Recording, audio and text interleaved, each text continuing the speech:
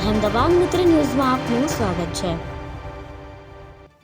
Luxurious car જે ઉદ્યોગપતિનું સ્વપ્ન હોય છે તેના બંગલાની બહાર આવી કાર પાર્ક કરવામાં આવે તેવી 4 કાર સુરતના માથાભારે સજ્જુ કોઠારીના ઘરની બહાર બિનવારસી હાલતમાં પાર્ક કરાયેલી પોલીસને મળી આવી। મર્સિડીઝ 4મેટિક, જેગુઆર, MG હેક્ટર અને ઇનોવા ક્રિસ્ટા જેવી કાર સજ્જુના ઘર નજીક ધૂળ ખાતી હતી।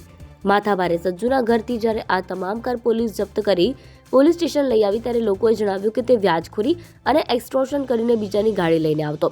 તેના ડરથી અત્યાર સુધી કોઈ પણ પોતાની આ કાર લેવા માટે પોલીસ સ્ટેશન નથી ગયું, જેથી પોલીસને નોટિસ આપવી પડી છે।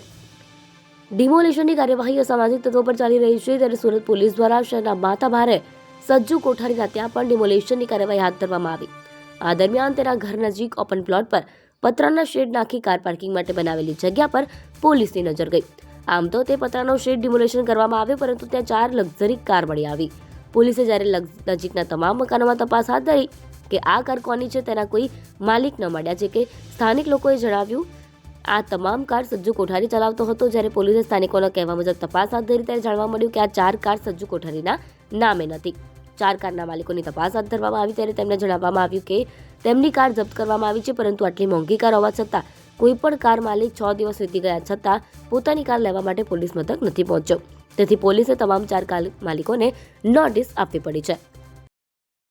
અહેમદાબાદ મિત્ર ન્યૂઝની યુટ્યુબ ચેનલને સબસ્ક્રાઇબ કરો અને બેલ આઇકોન જરૂરથી દબાવો, જેથી દરેક મહત્વના વિડીયોની નોટિફિકેશન તમને મળતી રહે।